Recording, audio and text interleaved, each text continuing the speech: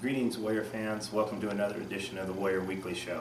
I'm Sports Information Director Mike Stetson. This week on the show, we speak with head softball coach Lexy Determan, who talks about how the season's been going so far for the Lady Warriors, talks about the trip to Arizona and the big upset of number 7 Indiana Wesleyan, and as well as what to expect the rest of the season from the softball team, who looks to make their home debut on the 23rd and 24th of this month. Now it's time for the Warrior Weekly Show. Thank you for joining us.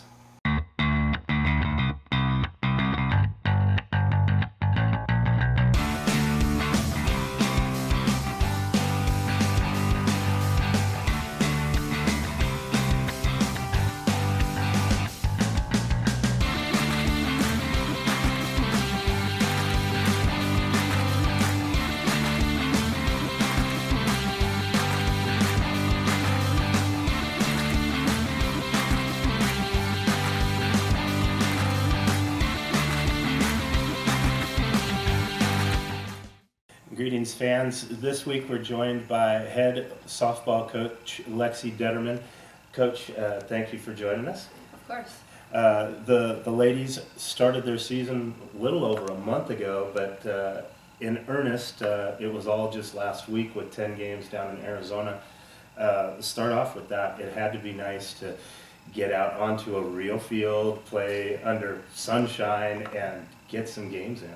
Oh yeah, definitely. It's nice to be able to leave your winter coat back in Iowa and not even have to worry about taking it. Yeah, it was good to spread out. And a chance for the ladies to bond as a team. I mean, all that time practicing in the D-Jack, it had to be good for them to get on the road, spend some time together, and just play some softball. Yeah, definitely. Even, you think of the little things like making sure that your roommate is up to leave for the plane and stuff like that, all those little things, holding each other accountable, buying groceries together, all that little stuff helps too. You guys start the season with a couple wins in February against Crown, and then a long week down in Arizona. I think, you played 3-4 top 25 ranked teams. I mean, you've had a chance to see the team now. How are things going? How do you feel about this team? I think that we are going to be just fine. I know that our record right now doesn't reflect what we've been doing. We kind of got thrust into some different situations last week with a couple of injuries come up and things like that. So for as much as we learned last week, I think it was worth that experience. Talk about last week, especially that win over number 7 Indiana Wesleyan. And not like they're a slouch team that was having a bad season and you caught something. I mean, they're still number 10 in the nation, so they're winning games. You went out and knocked off a good team. What was that like for the ladies, and how much confidence did that give them?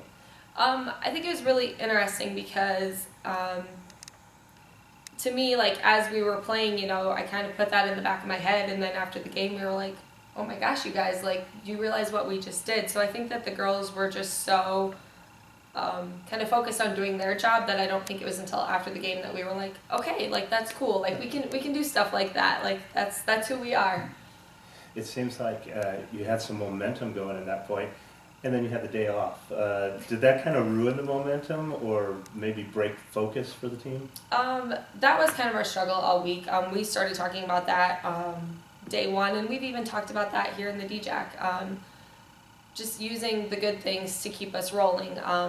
I think that it was almost like we were just playing too scared to be able to use the momentum that we gained. At any point, we'd have a good hit, we'd hit a double, and then the slapper would be on, and we'd be right where we needed to be, but we were almost played too scared to be able to really use any momentum all week. That was kind of one of our issues.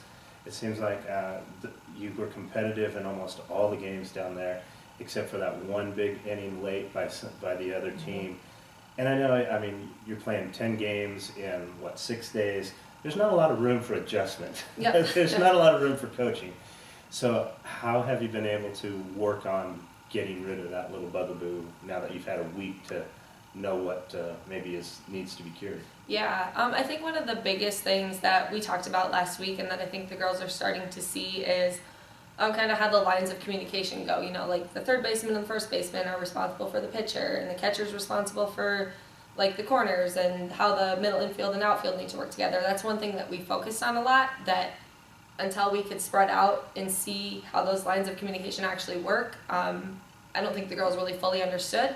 So I think that we learned a lot about, hey, when Rachel's pitching, she needs you to go crack a joke, and when Jess is pitching, she needs you to come in and say this to her, that type of thing. I think we learned a lot of that stuff last week that will help slow those innings down for the other team. Okay, and it has to be nice that what you learned, like we say, I mean, it's tough to do a whole lot of coaching and teaching in that kind of a run, but what you've learned, how excited are you to put that into practice this weekend at Mount Mercy?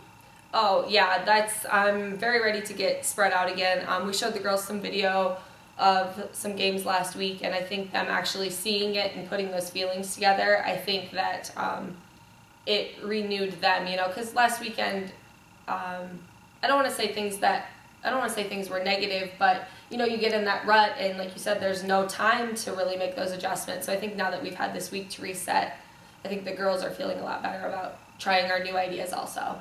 And then another week from now, not only the home debut, we're hoping, it's been a long time since there's been a home debut, but also the conference opener against Dickinson State on the 23rd and 24th. Remember, fans, you got to come out to the ballpark, cheer the ladies on.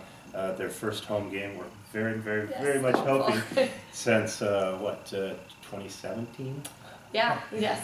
But opening conference play, how excited are you to get that going? I think that Waldorf has always been the team that people don't want to play because you never know when we could kind of go on a run and when we could come up with. Dickinson's been playing very well. They're down in Tucson right now. They've been playing well. We've got teams in our conference that are playing very well, but I easily think that we could be kind of that sleeper team that just kind of comes out of nowhere that can do some serious damage. Well, yeah, I mean, you knocked off number 7 in Yeah, the country, exactly. So obviously.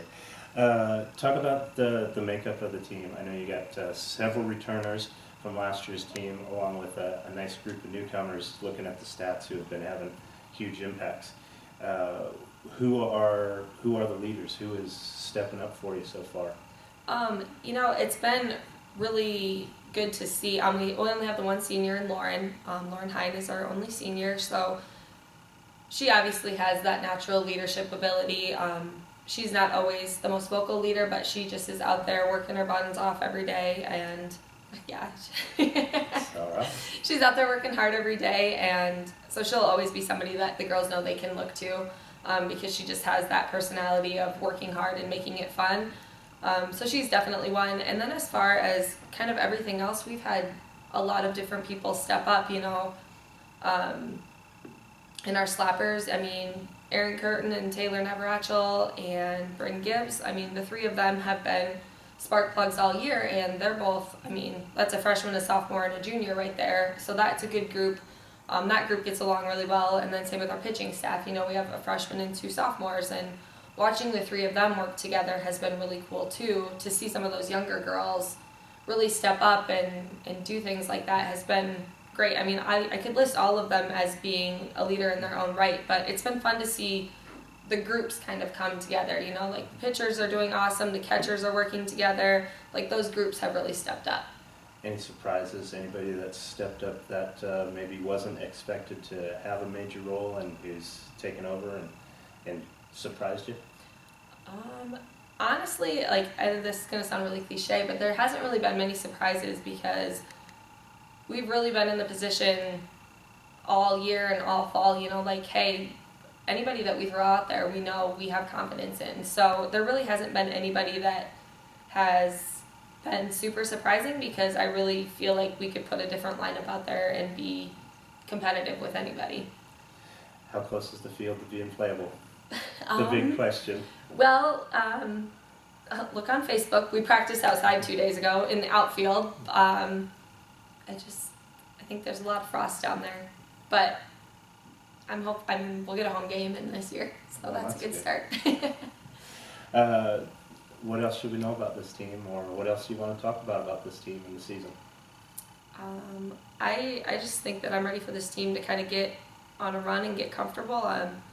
Just finding ways to find that balance of being confident and staying humble, I think, is going to be one of our challenges. I think we kind of let the ups and downs of the games take us through where we are. So if we can find a place where we're riding steady and being confident and doing what we know we can do, I really think we could make a big run, and it's going to be so good for these younger girls to get to experience this. So Fans, want to remind you, this weekend the ladies are down in Cedar Rapids playing Mount Mercy, doubleheader on Saturday, and then a week from Saturday, the 23rd of March, the home debut, Dickinson State in town, 2 o'clock, and then again on Sunday at noon, doubleheaders each day. Come on out to the softball field, just across the street from the Hanson Fieldhouse and the YMCA, and catch your Warriors in action and cheer them on to victory.